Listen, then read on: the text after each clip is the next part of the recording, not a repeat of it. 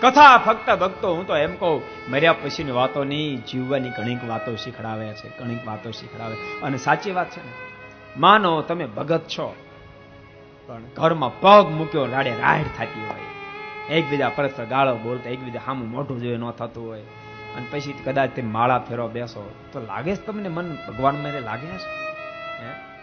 ભગવાનમાં મન ક્યારે રે ભક્તો? પરિવારમાં પણ પરમ શાંતિ પથરાયેલું, પરમ શાંતિ. જરા કે પરિવારમાં ભક્તો ઉદ્વેગ હોય તો હૃદયમાં શાંતિ ન થાય. અને ભક્તો શાંતિ હોય તો જ પરમાત્માની આરાધના થાય. એવું નહીં માનતા આરાધના કરીએ તો શાંતિ તો થાય, પણ ભક્તો આરાધનાના લેવલ માટે પણ યાદ રાખજો, ધંધો કરો તો કરોડોપતિ, ધંધો કરો તો કરોડોપતિ થાવ, પણ ધંધો કરવા માટે અમુક બેલેન્સ તો જોઈએ કે ન જોઈએ?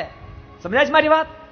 ભજન કરો તો પરમ શાંતિની પ્રાપ્તિ થાય, વાત સાચી, પણ ભજન કરવા માટે અમુક બેલેન્સ તો શાંતિનું જોઈએ. સમજાય છે? ધંધો કરતા તમે 10 કરોડ કમાઓ, ભલે ધંધો કરવા માટે 10 કરોડ નહીં, પણ 10 લાખ તો જોઈએ ને. 10 લાખ હશે તમે ધંધો કરશો, એમાંથી 10 કરોડ કમાશો. એમ ભક્તો કાંઈક બેકગ્રાઉન્ડ શાંતિનું હશે અને તમે ભજન કરશો પરમ શાંતિની પ્રાપ્તિ કરી શકશો. પણ ભજન કરવા માટે કાંઈક બેકગ્રાઉન્ડ તો શાંતિનું જોશે ને. પરિવારમાં શાંતિનું બેકગ્રાઉન્ડ જોશે.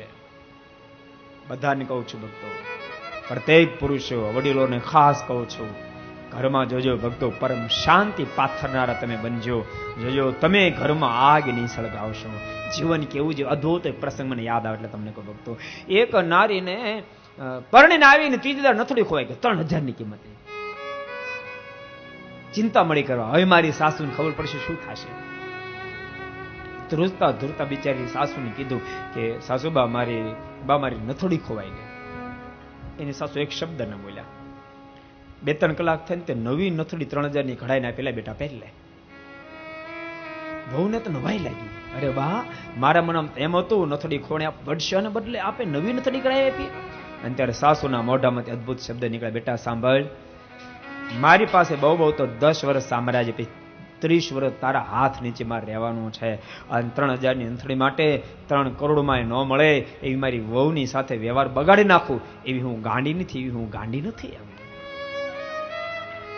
અને વહુએ બાજુના ઘરમાં જઈને તરત પોતાની માને ફોન ચડ્યો, હે માં, તું મારી ચિંતા કરીશ નહીં. જ્યારે તું મને વળાવતી હતી ને, તું મારી ચિંતા કરતી હતી, મને પણ ચિંતા થતી હતી, પણ માં તું ચિંતા કરીશ નહીં, કારણ કે માં તને ગુમાય પછી મને અહીંયા સવાઈ માં મળે છે. માં અહીંયા મને સવાઈ માં મળે છે. પ્રત્યેક સાસુ સવાઈ માં બની જાય, પ્રત્યેક સાસુ સવાઈ માં બની જાય, પ્રત્યેક સસરા સવાઈ બાપ બની જાય ભક્તો, પ્રત્યેક સસરાઓ.